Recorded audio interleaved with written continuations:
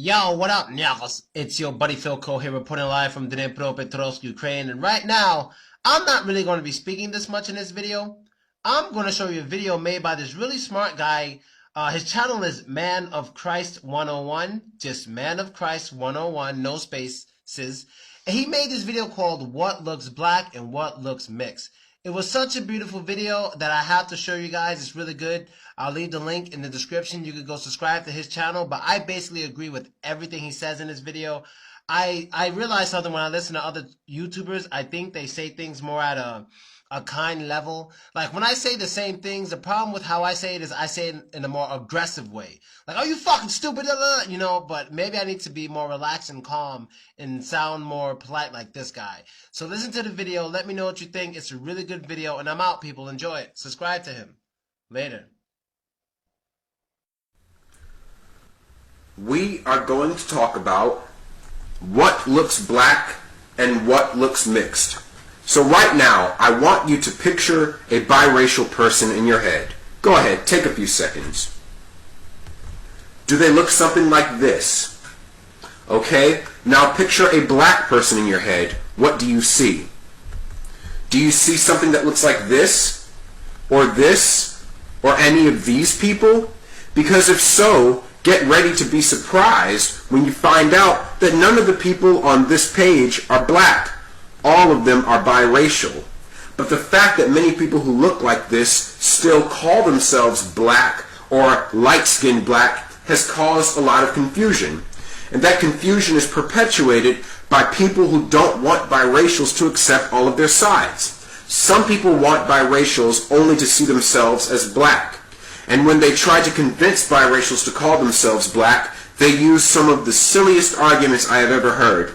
And these are the top 3 silliest arguments I have heard for why biracials ought to call themselves black. Number 1, you just think you're better than black people. People who make this argument accuse biracials of trying to gain status by distancing themselves from their black side. They will often say things such as, "You're just ashamed to be black," or "You just think you're better than me because your skin is lighter."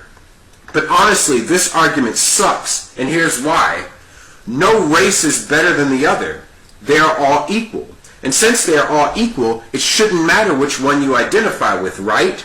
If black is just as good as white, and mixed race is just as good as both of these, then what's the pressure to pick black over the others if they are all equal?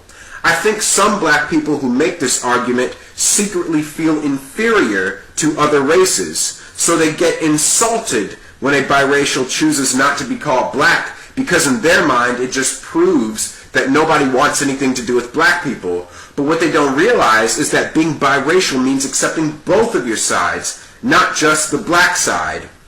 On the other hand, some black people who make this argument feel like the black race is superior to other races, and that biracial should only accept their black side because it's the better side. But this is a racist argument, and you should ignore anybody who comes up with it. The next silly argument I have heard is, number 2, white people will never accept you. People who make this argument usually say, black people will accept you more than white people will, so you might as well call yourself black because whites won't accept you. And here's my response. Why do I need white people to accept me? If I'm not trying to identify as white, but rather I'm trying to identify as multiracial, why does it matter what whites think of that? And why do I need the approval of others to determine how I see myself? Isn't that a bad thing? Isn't that a sign of low self-esteem? People who make this argument tend to only see 2 races, black and white, and they think that if you don't call yourself black, then you must be calling yourself white. But in reality, there are many other races, including mixed-race people. So a choice not to be called black is not the same thing as a choice to be called white. There are tons of alternatives. And moreover, what about biracial people who get along better with white people than they do with black people? Is that an excuse for them to pretend that they're not part black? I don't think so. And now on to the worst of these arguments. Number 3, all black people are mixed and you are no different. The people who say this like to point out the fact that there are many people in America who are part white but still call themselves black. and that somehow this is indisputable evidence for why you should call yourself black just because a lot of other people do it. But this argument is guilty of the ad populum fallacy. The ad populum fallacy is when you try to say that something is true just because a lot of people think it's true. Ever heard the phrase, just because everyone else jumps off a cliff doesn't mean you should as well? Well, this is the same concept. A lot of biracials calling themselves black is not proof that biracials should call themselves black, and it's not proof that biracials are black. People who say this argument like to think of mixed race people as just a lighter black person. But there's only one type of black person, and that's a black person. If you mix anything with it, your result is not black. Your result is not a different type of black, but your result is an admixture, which is its own thing. In the same way, if I mix this chocolate with this milk, my result is chocolate milk. Chocolate milk is not just a lighter type of chocolate because it has such a high milk content. And chocolate milk is not just a type of milk because milk comes from cows, and cows can only produce white milk. Sorry to burst your bubble, but not even the brown cows can produce chocolate milk. So as you can see, chocolate milk is its own product because it's not the same as any of the individual ingredients used to make it. In the same way, biracials are their own entity because they are not the exact same as any of the individual races that make them up. Let me use pictures to show you what I mean. These are pictures of black people. These people are from Africa. The picture on the right is a man from Uganda. I don't know the nationality of the other picture, but let's think about it for a second. Is it really logical to say that these two totally dissimilar people belong in the same racial category? It makes no sense to me that people will put these two very similar looking people in different categories, yet will put these two different looking people in the same category. I know some of you may say that you think Tiger Woods looks black because he has a wide nose and brown skin, and he doesn't look like this person here, but the truth is, there is no standard mixed people look. Mixed race comes in different shades, colors, and sizes. The appearance that you see on this screen does not have a monopoly on the biracial look. Just because a person doesn't have any noticeable European features doesn't mean they don't look mixed. Let's revisit the Tiger Woods example. Tiger Woods is part black and part Thai. This is what Tiger Woods looks like when you compare him to a person from Thailand. Notice the identical nose shape, lip shape, and overall complexion. In my opinion, Tiger Woods actually looks more Thai than he does black. I would be more willing to make this comparison than I am to make this one. The point is, just like there are different shades of chocolate milk and different mixtures that you can make, such as strawberry milk, biracials come in different shades and mixtures as well.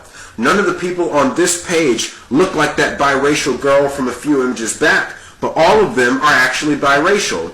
They are all a mixture of black and Chinese, and while it may not seem very obvious to some, it's obvious to me that none of them look like the gentleman in the middle. Or to give a few more examples, do any of the people on the outer edges of this page truly look like they belong in the same category as the African in the middle? Go ahead, just take a second to look at this and tell me, do you think that all of these people belong in the same category? In fact, I would actually say it's disrespectful to people who look like this when you make biracials the face of African beauty. This is Sade. She is half white and half black. If you pretend that she is representative of people who look like this, then you are ignoring the uniqueness of Africans. And you see this kind of thing all the time. Here's an example. Go to the ethnic hair care aisle of any beauty supply store and this is what you'll find. Countless pictures of obviously mixed people trying to pose as African or black. In fact, I'm thoroughly convinced that the woman in the middle picture is Asian. But the point is, pretending that these people represent black beauty is racist to black people and it's racist to biracials. It's racist to black people because it sends the message that black heritage must be diluted first in order for it to be considered acceptable. And that is an insult to Africans. But it's also racist to biracials because it forces them to represent only their black side when they should be able to represent all of their sides. In a nutshell, black people get robbed of the ability to represent themselves, and mixed people get robbed of the ability to choose how they self-identify. It's a lose-lose situation.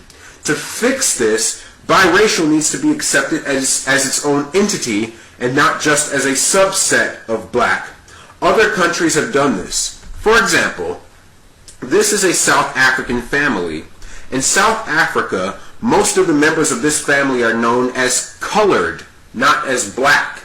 The designation of colored in South Africa means having more than one ancestry and not exactly looking African.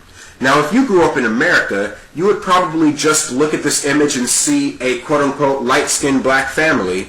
But in reality, those so-called light-skinned black people are actually mixed. They just call themselves black because they are unaware that they are mixed. But like I said, in other countries, mixed people are recognized in their own racial category. Take Brazil, for instance. The image on the left is what is known in Brazil as a mulatto. Many people look like this due to the gradual blending of African and European ancestry, creating a sort of chocolate milk mixture, if you will. But it's in its own category. It's not seen as a subset of black. There are many people in America who look just like this due to the gradual blending of African and European ancestry. The image on the right is the same example, except it's African blended with Native American. And I'm sure many people in America look like this due to the gradual blending of African and Native American ancestry. And speaking of Native Americans, here is an image from the Cherokee Nation website. Everyone in this picture is biracial. What they have in common is that each of them has Cherokee as a part of their racial admixture, yet each of them looks so different from the others. The point is, there is no standard mixed people look. Biracial varies. And one last example is myself. Lots of people have asked me what I am, and I tell them my admixture is Native American, black, and white. Though I don't look white, and though I don't look like this kid, that doesn't mean that someone such as myself doesn't look mixed. Take my hair, for example. Although it's not straight, it's actually not kinky either. A close-up would reveal that it's actually pretty soft and curly. It's almost wavy. If I had to compare it to someone else's hair, I'd say it's more like Frederick Douglass's hair. Frederick Douglass was also biracial. He was a mixture of black and white. I do have a flat and broader nose, which is associated with Africans. But it's also interesting to note a couple of non-Africans who have similar noses, George Lopez the comedian and Jackie Chan. But if you look closely at my nose, you will notice freckles, which are commonly associated with European people. Then there's also cheekbone, lip shape, and complexion similarities. But I think you get the point. There are many ways to look mixed, and mixed people should be free to accept all of their sides. So, for the rest of this video, I'm going to clear up any questions you might have about the people I used in the video by actually revealing their ethnic backgrounds. I hope you're not too annoyed with the background music I created. I made it in Logic Pro. Alright, God bless. Enjoy the pictures, enjoy the music. Nyakas. Well, I hope you guys enjoyed the video. He did a good job in my opinion. He really put it down, and I wish him the best. Hope for the best for him. And I just want you guys to understand that when people say things like this, they're just trying to be as logical and as scientific as possible. They're not trying to hurt your feelings. They're not trying to make you feel bad. Just because someone says someone is something else, or they say they're not something else, doesn't mean they believe the other thing is worse or better. They're just saying what they believe what it is, and that's what this young man did. Now I'm out. Later.